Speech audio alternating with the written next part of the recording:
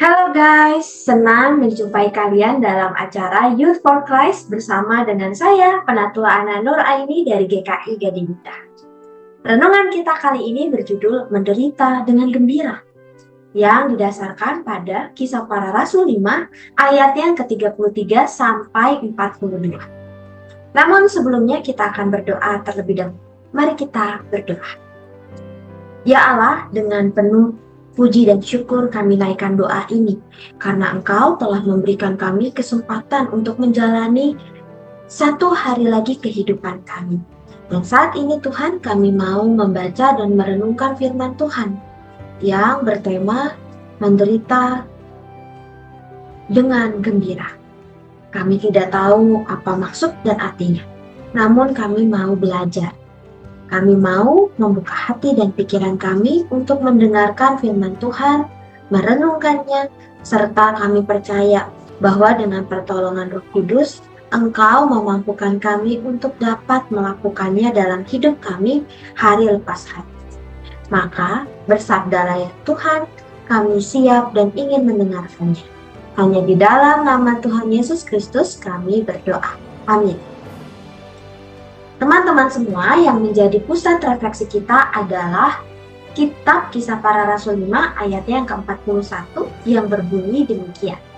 Rasul-rasul itu meninggalkan sidang mahkamah agama dengan sukacita, karena mereka telah dianggap layak menderita penghinaan oleh karena nama Yesus.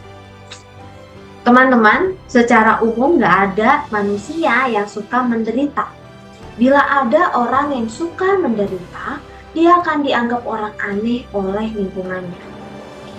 Pasca kenaikan Yesus ke surga, para murid pergi memberitakan Injil dan membuat banyak mukjizat, sehingga membuat imam besar dan para pengikutnya dari kelompok Saduki marah. Yang membuat mereka marah adalah isi dari kabar baik yang diberitakan para murid, bahwa Yesus adalah Mesias. Padahal Yesus sudah mati, disalib dan dituduh sebagai pemberontak. Tidak mungkin mereka mengakui dan menerima Yesus sebagai Mesias. Itulah sebabnya mereka menangkap para murid dan mencamukinya.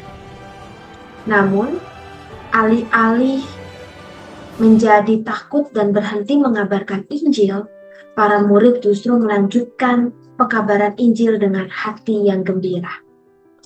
Penderitaan yang mereka tanggung karena pekabaran Injil tidak membuat mereka menjadi gentar.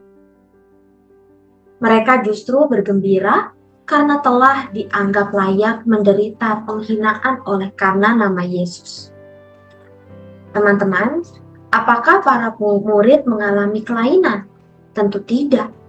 Bagi para murid, menderita karena nama Yesus adalah kehormatan. Mereka justru merasa bangga karena layak menderita oleh karena imannya. Karena gak setiap orang diberi kesempatan atau kepercayaan untuk menderita oleh karena nama Yesus. Sebagai murid Yesus, jika kita harus mengalami penderitaan, jalanilah hal itu dengan kegembiraan. Menderita dengan gembira oleh karena nama Yesus adalah bentuk kesaksian kita bagi banyak orang. Kabar baik yang kita sampaikan dapat berupa teladan hidup yang baik dan benar, dimanapun kita berada. Bila karena itu kita menderita, bergembiralah, bersukacitalah. Mari kita bersatu di dalam doa kita berdoa.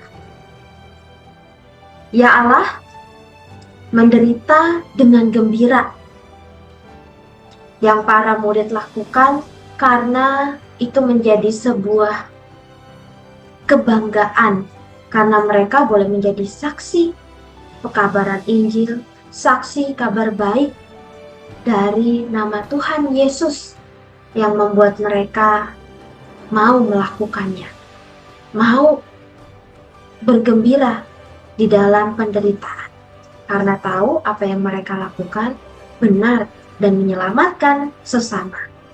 Karena itu ya Tuhan, kami juga mau meneladani para murid di dalam hidup kami hari lepas hari, sebagai anak-anak Tuhan. Ajarkan kami untuk bisa bersukacita di dalam penderitaan kami, mengabarkan kebaikan-Mu, mengikuti kehendak Tuhan di dalam hidup kami. Sekalipun tidak mudah, kami mau mencoba dan belajarnya ya Tuhan. Dan karena itu kami juga mau belajar bagi para penginjil dimanapun mereka berada di dalam perjuangan mereka, menanggung penderitaan oleh karena memberitakan kabar baik. Tuhan, kiranya Engkau yang menambahkan sukacita, kegembiraan di dalam hati mereka, menjadi daya bagi mereka untuk terus memperjuangkan kebaikan di tengah-tengah pekerjaan yang mereka lakukan. Kami juga berdoa kiranya Roh Kudus menolong dan memimpin kami untuk tetap menjadi anak-anak pembawa terang yang melakukan kehendak Tuhan dimanapun Engkau tempatkan kami. Inilah doa kami ya Tuhan, yang kami naikkan hanya di dalam nama Tuhan Yesus Kristus, Tuhan dan Juru Selamat kami yang hidup. Amin. Demikian renungan kita hari ini. Jangan lupa subscribe, like, dan bagikan pada yang lain. Tuhan memberkati kita. Sampai jumpa.